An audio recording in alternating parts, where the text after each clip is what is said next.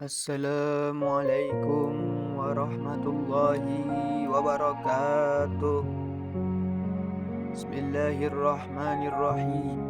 Bersyukur kita kepada Allah Subhanahu wa taala dan berselawat kita kepada makhluk yang sangat mulia yang diciptakan oleh Allah Subhanahu wa taala, yang dimana oleh karena kemuliaan beliau, andaikan lautan dijadikan sebagai tinta, pohon-pohon dijadikan sebagai pena, digunakan untuk melukiskan kemuliaan beliau, maka tidak akan pernah cukup untuk melukiskan kemuliaan beliau. Karena begitu mulianya beliau di sisi Allah Subhanahu wa taala, bahkan sandal beliau pun lebih mulia daripada dunia dan seluruh isinya. Karena sandal beliau pun telah berjumpa dengan Allah Subhanahu wa taala di Sidratul Muntaha. Siapakah dia? Tidak lain tidak bukan dialah baginda Nabi besar Muhammad sallallahu alaihi wasallam. Alhamdulillah, alhamdulillahirabbil alamin.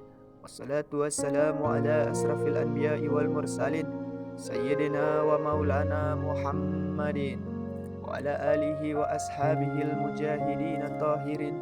Amma ba'd. Saudara-saudaraku yang dimuliakan oleh Allah Subhanahu wa taala, marilah kita siapkan diri untuk menyambut malam Lailatul Qadar. Inilah yang akan kita bicarakan pada pertemuan kali ini. Saudara-saudaraku yang dimuliakan oleh Allah Subhanahu wa taala, marilah kita bersyukur kepada Allah Subhanahu wa taala atas segala nikmat dan rahmat yang senantiasa dilimpahkan kepada kita. Kiranya dengan bersyukur itu dapat menambah kepatuhan dan ketakwaan kita kepada Allah Subhanahu wa taala, yakni menggunakan kalimat itu, yakni menggunakan nikmat itu untuk melaksanakan perintahnya, semua perintahnya, dan untuk menjauhi segala larangannya.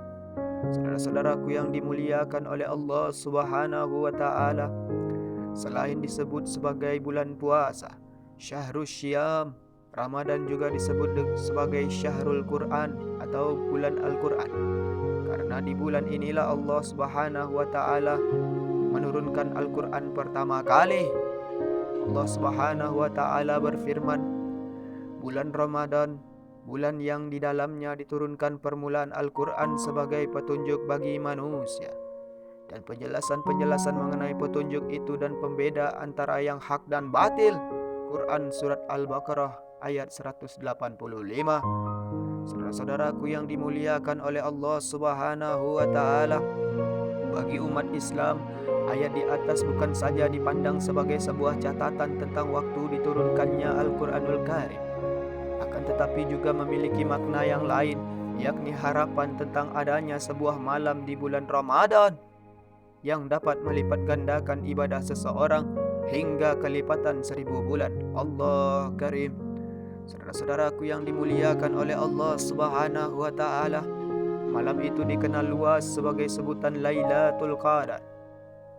Saudara-saudaraku yang dimuliakan oleh Allah Subhanahu wa taala, keinginan untuk mendapatkan Lailatul Qadar ini bukanlah sesuatu yang tidak beralasan.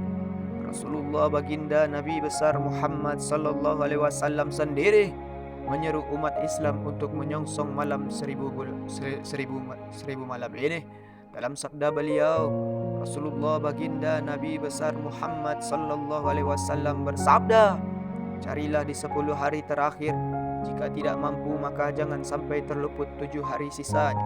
Hadis riwayat Bukhari. Saudara-saudaraku yang dimuliakan oleh Allah Subhanahu wa taala, kapan datangnya malam itu? Malam yang istimewa itu masih merupakan tanda tanya dan tidak diketahui secara pasti kapan datangnya. Baginda Nabi besar Muhammad sallallahu alaihi wasallam selalu menjawab sesuai dengan apa yang dipertanyakan kepada beliau. Ketika ditanyakan kepada beliau, apakah kami mencarinya di malam ini? Beliau menjawab, carilah di malam tersebut. Saudara-saudaraku yang dimuliakan oleh Allah Subhanahu wa taala, salah satu hikmah dirahasiakannya Lailatul Qadar adalah terpompanya kembali semangat beribadah umat Islam di sepertiga terakhir di bulan Ramadan.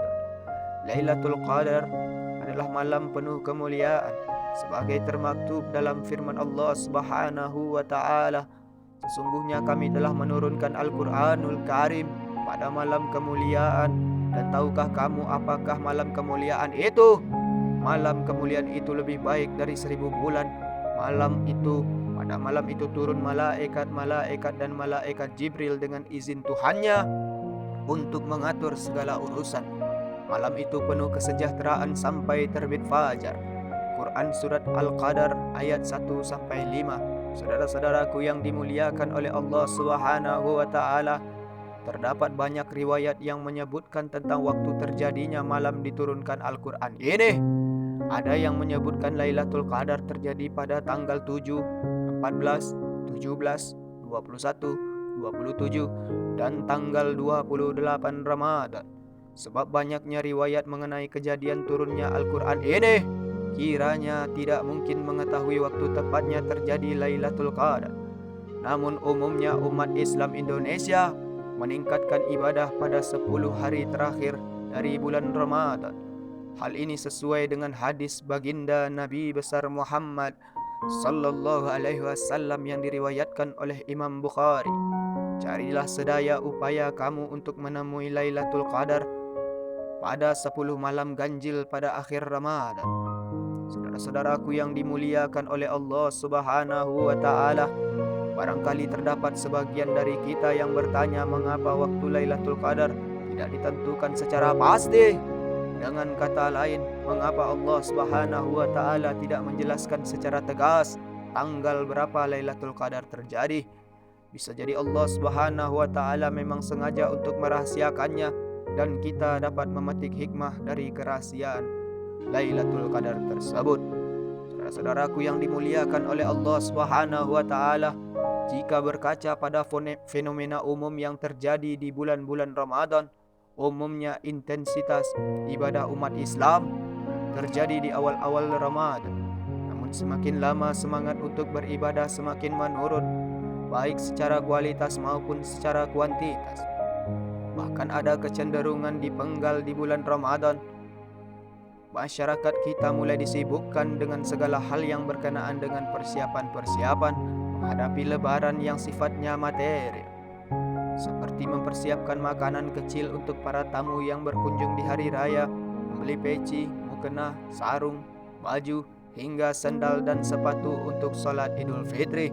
Saudara-saudaraku yang dimuliakan oleh Allah Subhanahu wa Ta'ala, terkadang kesibukan terhadap hal-hal yang sifatnya kurang substansial ini menggeser keinginan untuk meningkatkan amal ibadah selama bulan puasa.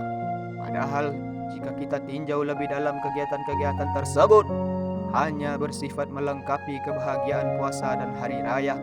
Tapi jelas fenomena ini sudah menjadi tradisi tahunan di penggal terakhir bulan puasa, saudara-saudara. Di saat-saat kritis ini, saudara-saudara, ketika konsentrasi umat Islam mulai terpecah kepada hal-hal yang bersifat material, Allah Subhanahu wa Ta'ala memberikan bingkisan Lailatul Qadar, di mana segala amal kebajikan yang dilakukan satu malam ini saja dapat mengalahkan intensitas ibadah yang dilakukan selama lebih dari 1000 bulan. Allah Karim. Sementara jika kita kiaskan waktu 1000 bulan setara dengan 83 tahun 3 bulan, saudara-saudara, sebuah bonus yang cukup menggiurkan, saudara-saudara.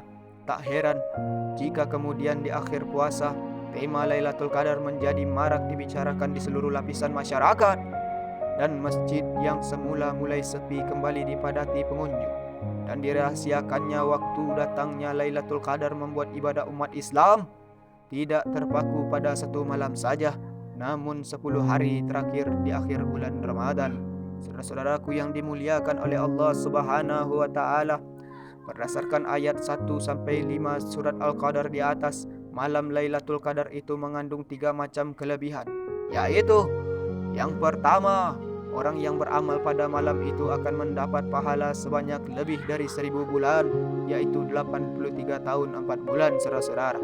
Lalu malaikat turun ke bumi. Para malaikat turun ke bumi mengucapkan salam kesejahteraan kepada orang-orang yang beriman. Malam itu penuh keberkahan hingga terbit fajar.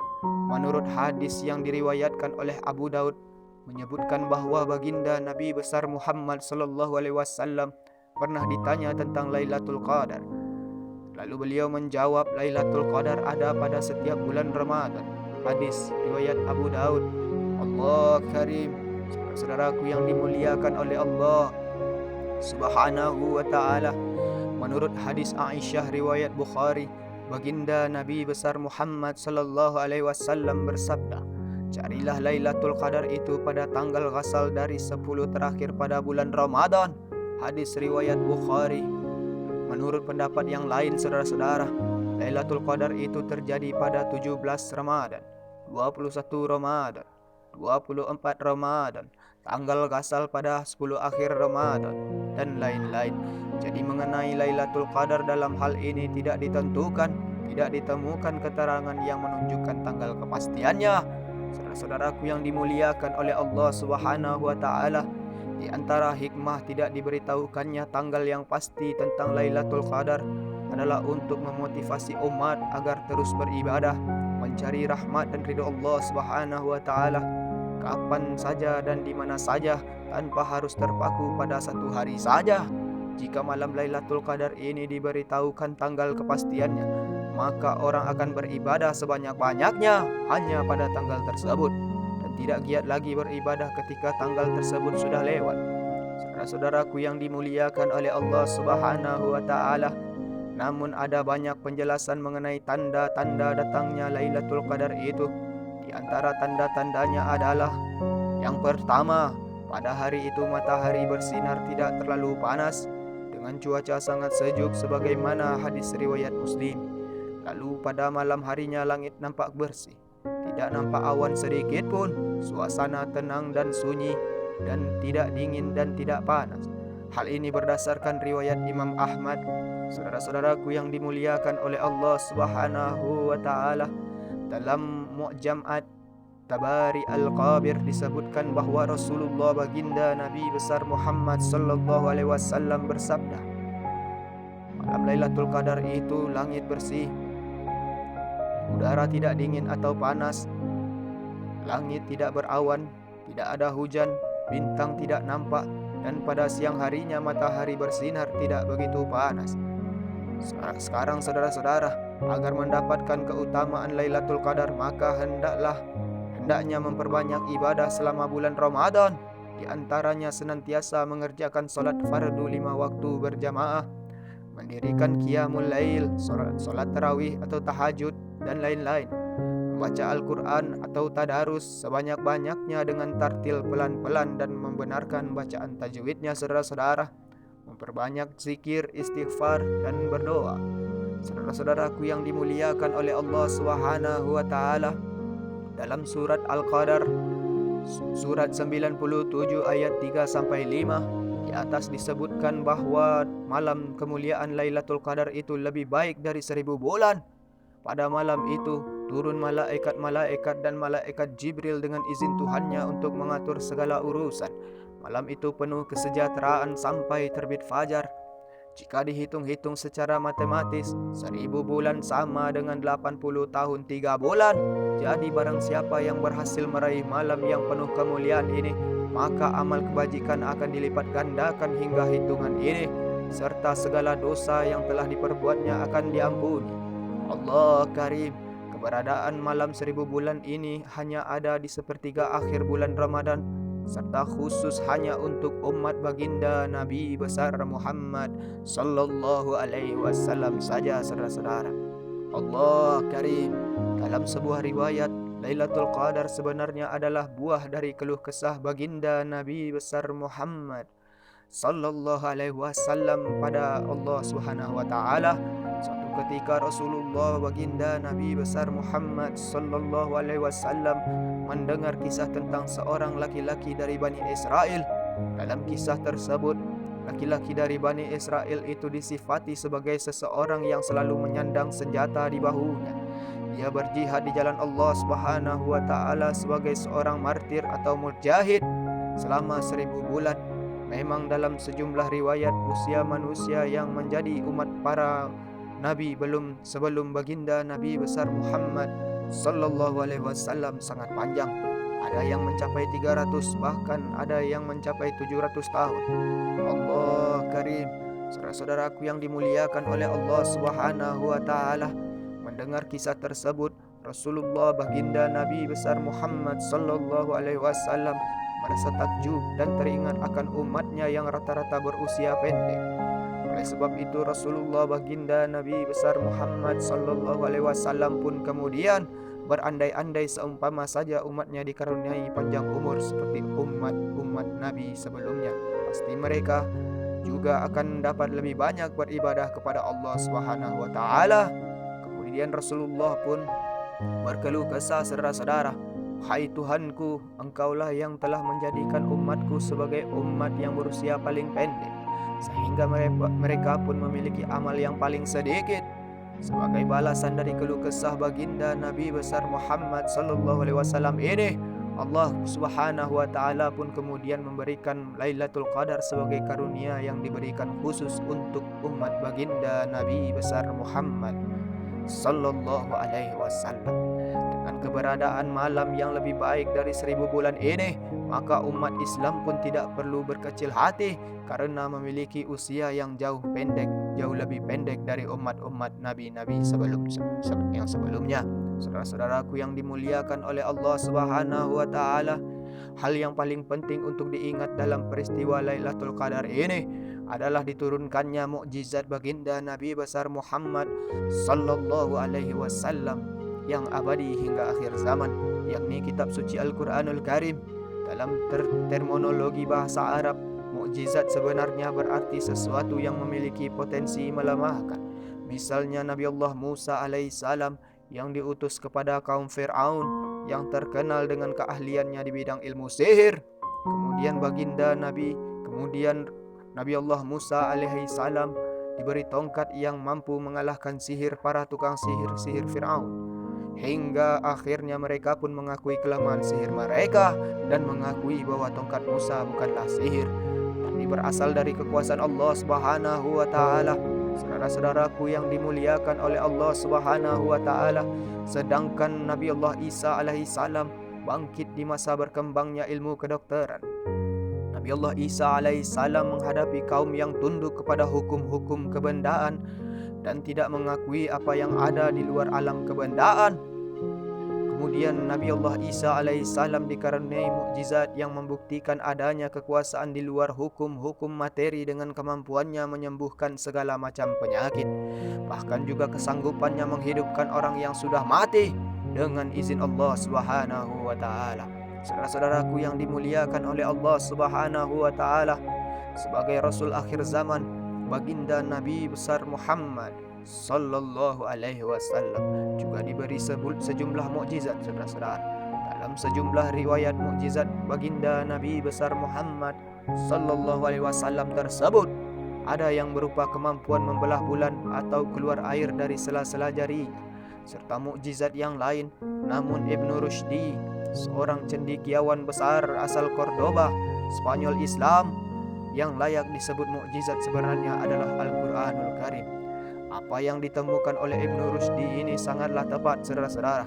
Al-Qur'anul Karim yang awal mula diturunkan di bulan Ramadan bukanlah mukjizat yang bergantung pada pribadi seseorang Rasul, yang mana jika Rasul tersebut wafat maka hilang pula lah mukjizat tersebut. Namun Al-Qur'anul Karim tidak akan pernah hilang dari muka bumi ini. Sebagaimana firman dari Allah Subhanahu wa taala, "Sesungguhnya kami telah menurunkan Al-Qur'an dan sesungguhnya kami tetap memeliharanya." Quran surat Al-Hijr ayat 9. Saudara-saudaraku yang dimuliakan oleh Allah Subhanahu wa taala, sementara isi dan kandungan Al-Qur'anul Karim merupakan oase yang dapat memberi petunjuk hudan bagi hidup manusia di dalam segenap aspek kehidupan mereka. Profesor Dr. Roger Garaudi dan Dr. Maurice Bucaille di Prancis pernah mengkaji dan menguji Al-Qur'anul Karim dari segi isinya. Di antaranya, Maurice Bucaille mencoba menguji berapa jauh kebenaran ilmiah ayat-ayat yang bersangkutan dengan proses-proses kejadian manusia dalam surat Al-Hajj ayat 5, saudara-saudara. Dr. Maurice Bucaille menemukan bahwa ternyata penjelasan dari Al-Qur'anul Karim yang turun 15 abad yang lalu dalam menggambarkan asal muasal manusia, lebih tepat dari ilmu embriologi mutakhir, saudara-saudara. Hal itu secara jelas dituliskan dalam bukunya yang berjudul The Origin of Man. Saudara-saudaraku yang dimuliakan oleh Allah Subhanahu wa taala, pengujian Graudi dan Bukhail tersebut hanya sebagian kecil dari keistimewaan Al-Qur'anul Karim. Lebih dari sepertiga manusia yang hidup di muka bumi ini percaya bahwa Al-Qur'anul Karim merupakan wahyu Tuhan yang terus dibaca sebagai petunjuk dalam mencapai kebahagiaan hidup dua alam, alam dunia dan alam akhirat. Masih banyak keistimewaan Al-Qur'anul Karim yang belum tersingkap dan menunggu kekuatan nalar dan kejernihan hati kita untuk menerjemahkannya. Allah Karim, saudara-saudaraku yang dimuliakan oleh Allah Subhanahu wa taala. Oleh sebab itu, saudara-saudara, dalam momen Ramadan ini sudah selayaknya kita membaca Al-Qur'anul Karim, bukan sekedar untuk mendapatkan pahala, namun sekaligus memahami isi kandungan Al-Qur'anul Karim, agar nilai-nilai yang terkandung di dalamnya dapat membantu kita dalam mewujudkan kehidupan yang lebih layak bagi seluruh kalangan dan diridhoi oleh Allah Subhanahu wa taala. Saudara-saudaraku yang dimuliakan oleh Allah Subhanahu wa taala, mungkin hanya itulah yang bisa kita bicarakan pada pertemuan kali ini. Mudah-mudahan ada manfaatnya. Terima kasih atas segala perhatian saudara. Mohon maaf atas segala kekurangan. Usikum wa nafsi bitaqwallah. Wassalamualaikum warahmatullahi wabarakatuh.